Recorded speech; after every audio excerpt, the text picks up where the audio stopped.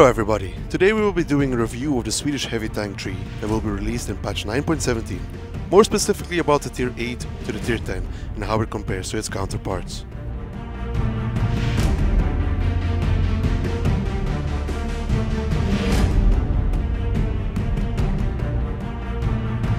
The ARMOUR 1 is the first tank in the heavy tank line that gets an autoloader.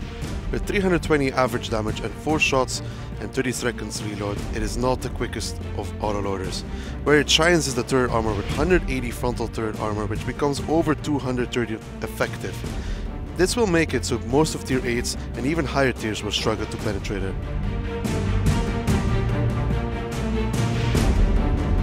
ARMOUR 2 is the tier 9 heavy tank that with full configuration has 252 standard penetration.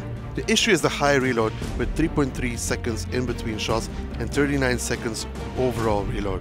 Just like the ARMOUR 1, it has -12 gun depression, which makes an extremely good hold-down tank.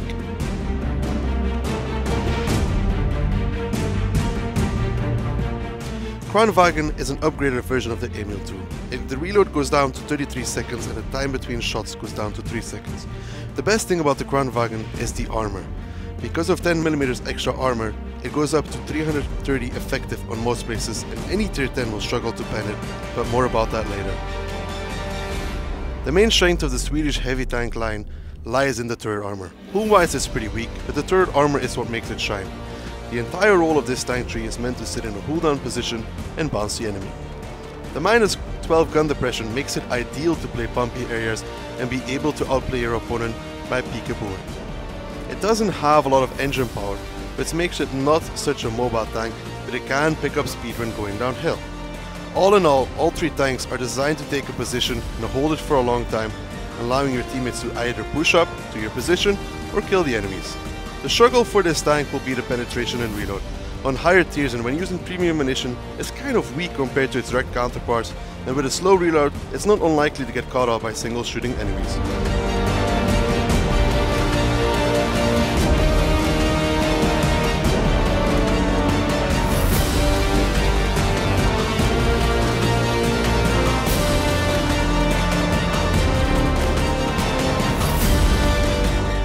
Out of the tier 10 autoloaders, the Kranvagn has the slowest reload and the worst accuracy, and also the biggest time between shots. This will make it struggle on doing full damage, and it also makes it so it has the lowest DPM out of the 3. Gun depression wise, the Kranvagn is by far superior to the T57 and 50B, making it the ideal hold-down tank.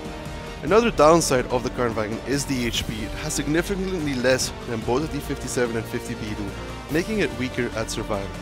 Where the Kranvagn thrives is the turret armor. The T57 is already quite bouncy, and the Kranvagn gets another 73mm of armor on top of that, making it virtually impossible to pen it once it gets the hull down.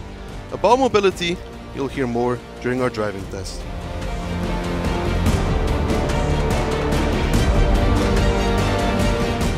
In this drive test, it is obvious that the 50B is by far superior in terms of mobility, but the Kranvagn on longer distance does catch up to the T57 heavy.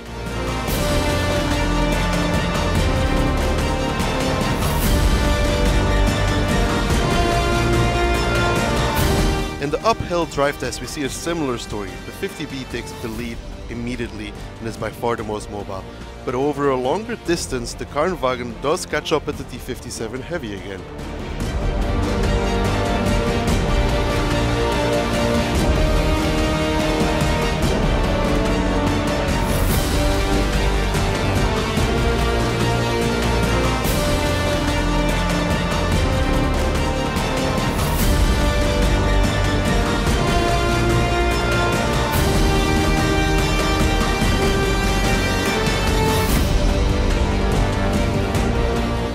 Now you can see a 50B trying to shoot at a Kranvagn, which the only weak spot is the cupolas on either side, which are extremely hard to hit.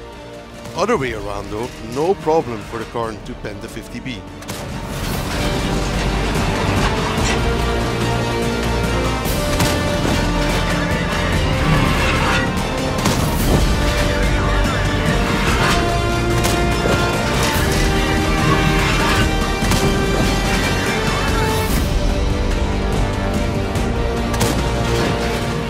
similar story for the T-57, where he managed to pan the first shot but struggles to pen anything after because of the extremely tough turret. When the Karn is shooting at the 57, you can see it bounces as a shot, and the lack of penetration with heat ammo becomes visible.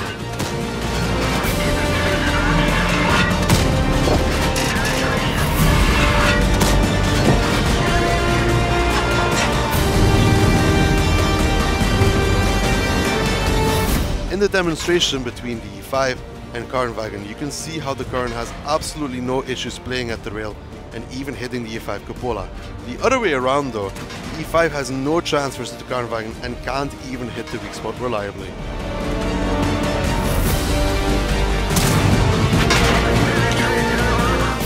In this clip it's demonstrated how even a griller with a high accuracy and penetration can't find a connection onto a hold-on Karnwagen.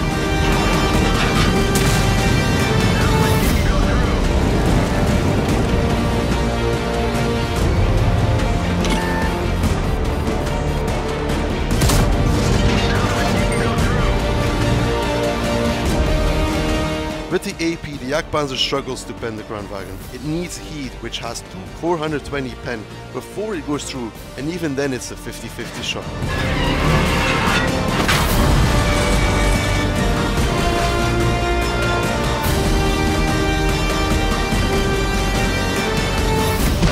So now you hear me talk about how strong the Karnwagen is in hold down. Let me show you exactly how strong it is. Just enjoy and watch how the Karnwagen takes the beating from all these enemy tanks and gets away for free.